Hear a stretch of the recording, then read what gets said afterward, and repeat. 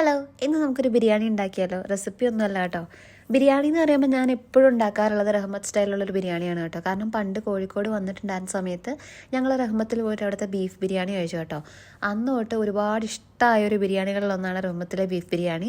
യൂട്യൂബിൽ വന്ന് അതിൻ്റെ റെസിപ്പി മൊത്തം നോക്കിയിട്ട് എനിക്ക് ഇഷ്ടപ്പെട്ട ഒരു റെസിപ്പിയാണ് ഞാൻ ഇപ്പോഴും ഉണ്ടാക്കുന്നത്. എപ്പോഴും ബിരിയാണി എന്ന് പറയുമ്പോൾ അത് ചിക്കൻ ആണെങ്കിലും ബീഫാണെങ്കിലും മുട്ടയാണെങ്കിൽ കൂടെ സത്യം പറഞ്ഞാൽ റഹ്മത്ത് സ്റ്റൈലിലാണ് ഞാൻ ബിരിയാണി വെക്കാറുള്ളത്. പക്ഷേ ഇത്തവണ വ്യത്യസ്തമായിട്ട് ഫ്രൈഡ് ചിക്കൻ ബിരിയാണി കഴിക്കാമെന്ന് ഓർത്തു. അങ്ങനെ ഞാൻ ഫ്രൈഡ് ആയിട്ടാണ് കേട്ടോ ചിക്കൻ ബിരിയാണി വെച്ച്. കുറച്ച് പാടാണ് സംഭവം. റഹ്മത്തിലെ ആകുമ്പോൾ കുറച്ചും കൂടെ എളുപ്പമുണ്ടെന്ന് എനിക്ക് തോന്നുന്നു. പക്ഷേ ഇത് ഫ്രൈ ചെയ്ത് അങ്ങനെയൊക്കെ കുറച്ച് പാടുണ്ട്. പക്ഷേ സ്റ്റിൽ നല്ല ടേസ്റ്റ് ഉണ്ടായിരുന്നു കേട്ടോ. അപ്പോൾ ഈ ഞായറാഴ്ച ഞങ്ങൾക്ക് ഇവിടെ ബിരിയാണി ആയിരുന്നു.